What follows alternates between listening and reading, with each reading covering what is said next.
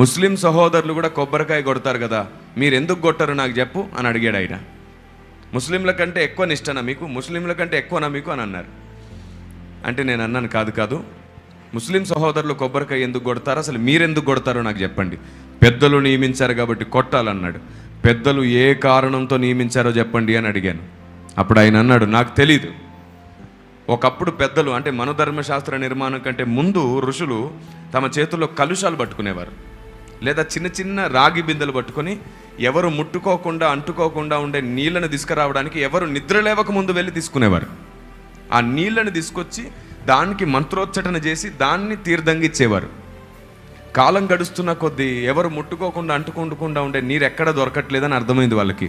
బావిలో, చెరువులో, పారే ఏటిలో అందరూ ముడుతున్నారు. అప్పుడు వాళ్ళు ఆలోచించారు, ఎలా ఎవరు ముట్టుకోకుండా అంటుకోకుండా ఉండే నీళ్లను దేవునికి ఇవ్వాలి, ఏం చేస్తే అవి దొరుకుతాయి. ఆలోచిస్తుంటే వాళ్ళ మనసుకు తట్టింది కొబ్బరికాయ. ఎందుకంటే దాంట్లో ఉన్న నీళ్లను ఎవరు ముట్టుకోలేరు, అంటుకోలేరు. అలా పూజలోకి వచ్చింది కొబ్బరికాయ. అప్పుడు ఆయన అన్నాడు, కరెక్ట్ చెప్పారు కిరణ్ పాల్ గారు, మా తాతగారు చెప్పాడు ఒకసారి, ఇది ఇప్పుడే జ్ఞాపకం వస్తుంది అన్నాడు. వెంటనే నేను చెప్పాను, 10,000 కొబ్బరికాయలు ఒక పాపి కొడితే, ఓ సామాన్యమైన మనిషి కొడితే దేవుడు తిరుగుతాడా అని అడిగాను, దర్శిస్తాడా అని అడిగాను.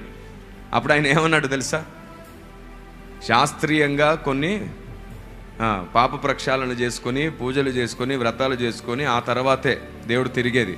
కొబ్బరికాయ కొడితే దేవుడు తిరుగుతాడా అన్నాడు. మరి పరిశుద్ధమైన జలమే కదా మీరు దేవునికి ఇస్తున్నారు, అయినా తిరగడు అన్నాడు. అప్పుడు చెప్పాను నేను, మీ కొబ్బరికాయ నీటికి దేవుడు తిరుగుతాడో లేదో తెలియదు, కానీ మా గుండెకాయ కన్నిటికి మా దేవుడు తిరుగుతున్నాడు.